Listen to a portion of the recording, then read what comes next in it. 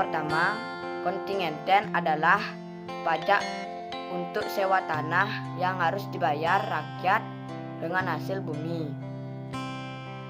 Verplice revelanti, suatu kewajiban raja-raja pribumi untuk membayar pajak hasil bumi kepada Belanda.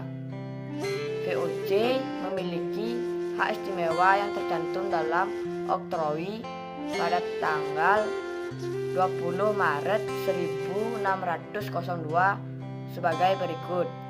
Yang pertama, hak untuk monopoli perdagangan. Yang kedua, hak keleluasan membentuk angkatan perang sendiri. Yang ketiga, hak melakukan perorangan. Yang keempat, hak untuk mengangkat pegawai sendiri. Yang kelima, hak untuk memerintah di negara jajahan. Yang keenam, hak mengadakan perjanjian dengan raja-raja setempat. Yang ketujuh, hak untuk mencetak atau mengeluarkan mata uang sendiri.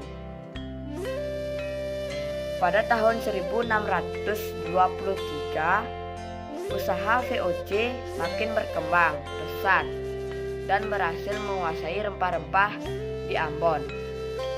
VOC menggunakan batik slot politik atau politik mencari keuntungan. Faktor-faktor yang mempengaruhi VOC mampu menguasai Indonesia. Yang pertama, para pedagang di Nusantara belum memiliki kesatuan dan persatuan yang kuat. Yang kedua, VOC organisasi dagang yang tertib dan para pengurusnya bekerja keras sehingga maju dan pesat. Nomor 3, kerajaan di Indonesia dikuasai oleh VOC karena adu domba. Kerajaan yang pernah dikuasai VOC adalah: yang pertama, VOC berhasil memecah belah Mataram menjadi 3 kerajaan. Yang kedua, VOC berhasil membantu Sultan Haji dalam merebut Banten dari tangan Sultan Ageng Tirtayasa. Yang ketiga, permusuhan antara Arupalaka atau Raja Bone dan Sultan Hasanuddin atau Sultan Makassar. VOC membantu Arupalaka sehingga terjadinya perjanjian Bongaya yang menyebabkan Makassar jatuh ke tangan VOC. VOC menuju kebangkrutan. VOC runtuh pada tanggal 31 Desember 1799. Kemunduran VOC karena hal-hal berikut. Pertama, perang VOC dengan pemerintah membutuhkan biaya yang cukup besar sehingga VOC tidak kuat lagi membiayai perang tersebut. Yang kedua, sikap tidak bermoral para karyawan VOC untuk memperkaya diri dengan cara korupsi juga menjadi penyebab kemunduran VOC.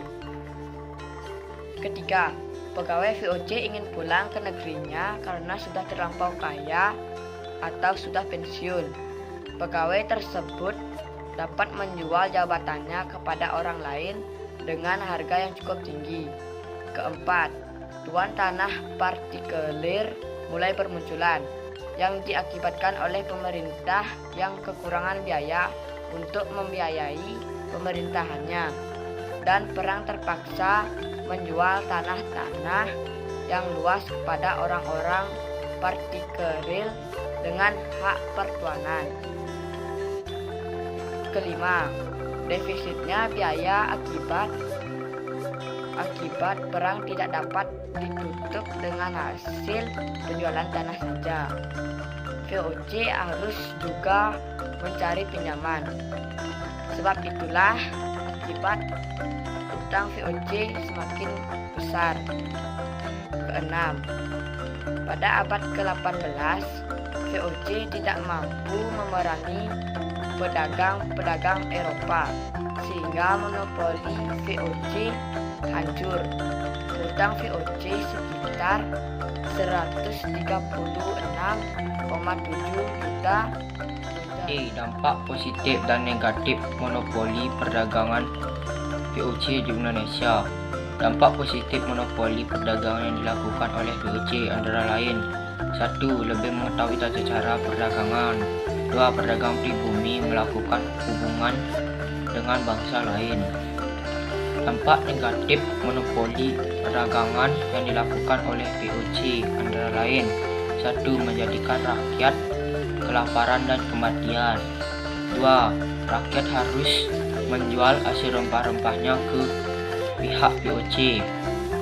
2. Pengaruh kebijakan kerja paksa. Para rakyat Indonesia yang dipekerjakan tidak memperoleh penghasilan yang layak. Jalur anyar ke Penarukan yang memanjang lebih dari 1000 km dari Cilegon, Jakarta, Bogor, Bandung, Cirebon, Semarang, Pati, Surabaya, Probolinggo, hingga Penarukan. Anyar Penarukan dibangun 200 tahun yang lalu oleh pemerintah Hindia Belanda. Pembangunan jalan tersebut merupakan kebijakan Gubernur Jenderal Hindia Belanda yang bernama Herman William Dendels yang berkuasa sejak tahun 1808 hingga 1811. Dengan dibangunnya jalan tersebut, proses distribusi barang dan jasa untuk kepentingan kolonial makin cepat. Pembangunan jalur anyar ke Penarukan dikerjakan oleh tenaga manusia, bukan tenaga mesin. Akibat ribuan penduduk meninggal, baik karena kelaparan maupun penyakit yang dideritanya. Penyerahan penduduk untuk bekerja berbagai proyek Belanda ini disebut rodi atau kerja paksa. Banyak penduduk yang dipaksa menjadi budak dan pekerjaannya di berbagai perusahaan tambang maupun perkebunan. Diterapkannya sewa tanah. Saat pemerintahan Belanda di Indonesia, pedagang Indonesia dan Eropa mengalami kesulitan dalam hal berdagang. Hal tersebut disebabkan karena adanya sistem monopoli yang diterapkan pemerintah Belanda. Sistem monopoli yang diterapkan oleh pemerintah Belanda ini pada masa Raffles diganti dengan perdagangan bebas. Pada masa Raffles, masyarakat diberi kebebasan bekerja, bertanam, dan penggunaan hasil usahanya sendiri. Pada masa Raffles, para petani diberi kebebasan untuk menentukan jenis tanaman yang akan ditanam. Pelaksanaan sistem sewa tanah. Sistem sewa tanah ini didasarkan pada suatu pemikiran pokok tentang hak penguasa sebagai pemilik sewa tanah yang ada. Sistem sewa tanah memiliki tujuan meningkatkan tingkat kemakmuran penduduk di Jawa. Gubernur Jenderal Stafford Raffles ingin menciptakan suatu sistem ekonomi di Jawa yang bebas dari segala unsur paksaan. Aspek pelaksanaan sistem sewa tanah. Aspek pelaksanaan sistem sewa tanah adalah sebagai berikut. Penanaman tanaman dagangan untuk diekspor. Tanaman kopi yang merupakan komoditas ekspor pada awal abad ke-19 pada masa sistem sewa tanah mengalami kegagalan. Hal ini kurangnya pengalaman para petani dalam menjual tanaman-tanaman mereka di pasar bebas, sehingga sering penjualan ini diserahkan kepada kepala desa.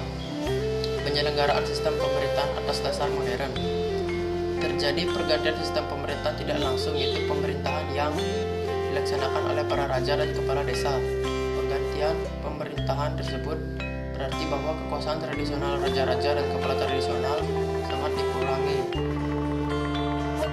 dan sumber-sumber penghasilan tradisional mereka dikurangi ataupun ditiadakan. Selanjutnya, fungsi para pemimpin tradisional tersebut digantikan oleh para pegawai-pegawai Eropa.